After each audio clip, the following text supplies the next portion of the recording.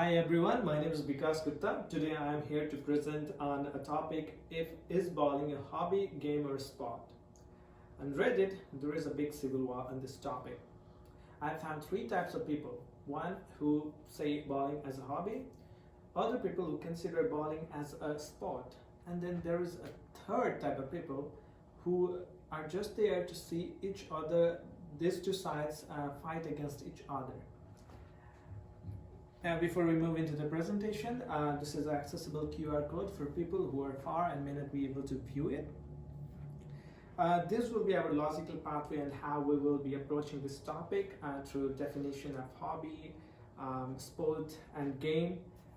We'll be defining a sport, we'll be bringing some examples, and I will also take in the argument of other side before reasoning why bowling should be considered a sport. What do you think when you think of hobby? It's knitting, it's gardening, it's painting, it's cycling for many people. For some people, it's even coin collection.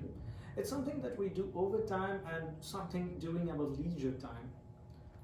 Now, game is something, if I were to draw a spectrum between hobby and sport, it would fall somewhere in between. It does not involve much of a strength, but there is definitely a skill component, and then there is luck component. And sport is a more to us like other side where you have to use a lot of your physical body, or there's a sense of competition, or there's a sense of accountability, and you know where you are going with the activity that you are doing. Now, before we dig into that debate of whether where bowling falls, it is important to step one step behind and see the philosophical take on this. Who gets to define what an activity is? Is it an ESPN or Olympics committee, or is it a country? We can't assign this on a third party to consider what a bowling should be. Now let's jump on the debate of where it falls. Now, sport. When you think about a sport, what things conjures your mind? Right? I mean, it's physical exertion, it's jersey, it's the loud cheers, the stadium, or some sort of setup. There is some sense of awareness, there are rules. These are the things that go in on a sport. Now, I would like to take three examples. One involves cricket, soccer, and squash, and take you through some of the components of these games. Cricket has a sort of over limit. Team sets a target, other team chases it. Then you have a soccer played between two different teams. Whichever team scores more is declared the winner. Same happens in the squash. Whichever teams win the most set is declared the winner. Now, these elements are present in squash too. You have technique, you have scores displayed on the giant screen, you wear special shoes, and there are rules. In fact, if you have to take down all the pins, you have to have your foot planted perpendicular to the ground. You have to open your wrist in a certain angle for ball to move. The other side argument, there are plenty of them, and some of which I have distilled here. They argue that it does not include much of a physical activity. We barely move much. If it is all about bodily movement, then dance be considered a sport. But there are counter arguments to this too.